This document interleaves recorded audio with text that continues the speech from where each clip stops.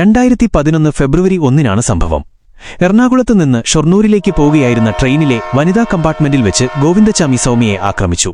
ഓടുന്ന ട്രെയിനിൽ നിന്ന് സൗമ്യയെ തള്ളിയിട്ട ശേഷം ക്രൂരമായി പീഡിപ്പിച്ച് കൊലപ്പെടുത്തുകയായിരുന്നു. ഈ കേസിൽ ഗോവിന്ദച്ചാമിക്ക് ആദ്യം വധശിക്ഷ വിധിച്ചിരുന്നെങ്കിലും പിന്നീട് സുപ്രീംകോടതി ഇത് ജീവപര്യന്തം തടവായി കുറച്ചു.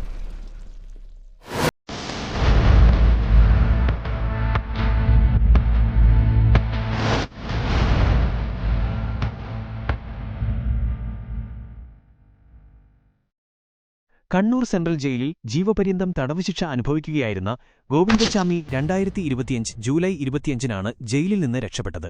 അതീവ സുരക്ഷാ മേഖലയായ 10-ാം ബ്ലോക്കിലാണ് ഇയാളെ പാർപ്പിച്ചിരുന്നത്. പുലർച്ചെ ഏകദേശം രാത്രി 1 മണി കഴിഞ്ഞ് 15 മിനിറ്റോടെയാണ് ഇയാൾ ജയിൽ ചാടിയതെന്നാണ് പ്രാഥമിക നിഗമനം. രാവിലെ 7 മണി കഴിഞ്ഞ് 10 മിനിറ്റോടെയാണ് ജയിലധികൃതർ പോലീസിനെ വിവരമറിയിക്കുന്നത്.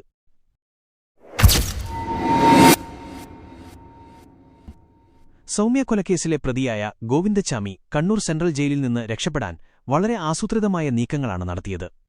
ജയിലിന്റെ അതീവ സുരക്ഷാ മേഖലയായ 10-ാം ബ്ലോക്കിലെ തന്റെ സെല്ലിൽ നിന്ന് പുറത്തുകടക്കാൻ അയാൾക്ക് കഴിഞ്ഞത് ചില പ്രത്യേക മാർഗ്ഗങ്ങളിലൂടെയാണ്. തന്റെ സെല്ലിന്റെ ഇരുമ്പുകമ്പി അറുത്തുമാറ്റിയാണ് ആദ്യമായി സുരക്ഷ ഭേദിച്ചത്. ഒരു കൈ മാത്രമുള്ള ഇയാൾക്ക് ഇത് ഒറ്റയ്ക്ക് ചെയ്യാനാവില്ലെന്ന് കരുതുന്നു.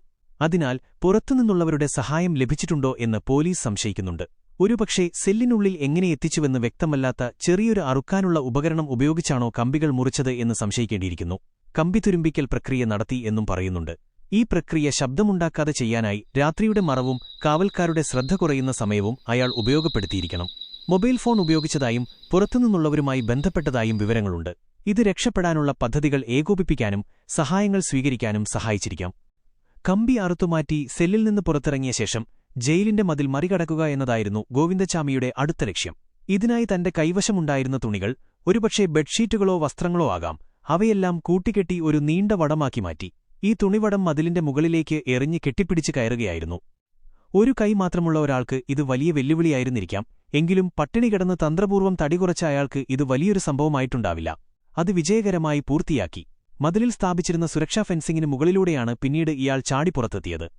അതായത് ഇരുമ്പ് കമ്പി അറുത്തുമാറ്റാൻ ഉപയോഗിച്ച ടൂളിന്റെ ലഭ്യത, അതിനുള്ള സഹായം, രാത്രിയിൽ ശബ്ദമുണ്ടാക്കാതെ പ്രവർത്തിക്കാനുള്ള സൂക്ഷ്മത, പിന്നീട് തുണികൾ കെട്ടി മതിലുകൾ ചാടാനുള്ള ശാരീരികമായ ശ്രമം എന്നിവയെല്ലാം ചേർന്നാണ് ഗോവിന്ദച്ചാമിയുടെ ഈ ജയിൽ ചാട്ടം സാധ്യമാക്കിയത്.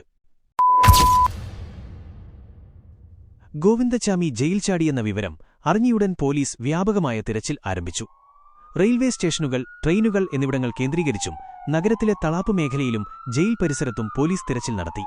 ഏകദേശം 6.25 മണിക്കൂറിനുള്ളിൽ തളാപ്പിലെ ഒരു കെട്ടിടവളപ്പിലെ കിണറ്റിൽ നിന്ന് ഗോവിന്ദച്ചാമിയെ പോലീസ് പിടികൂടുകയായിരുന്നു. ജയിൽ ചാട്ടവുമായി ബന്ധപ്പെട്ട് 3 പ്രിസൺ ഓഫീസർമാരെ സസ്പെൻഡ് ചെയ്തിട്ടുണ്ട്. ഈ സംഭവത്തിൽ പ്രത്യേക അന്വേഷണ സംഘത്തെയും നിയോഗിച്ചിട്ടുണ്ട്. ഗോവിന്ദച്ചാമിയുടെ ജയിൽ ചാട്ടം ജയിൽ സുരക്ഷയെക്കുറിച്ചും ജയിൽ അധികൃതരുടെ കെടുകാര്യസ്ഥതയെക്കുറിച്ചും ഗുരുതരമായ ചോദ്യങ്ങൾ ഉയർത്തുന്നുണ്ട്.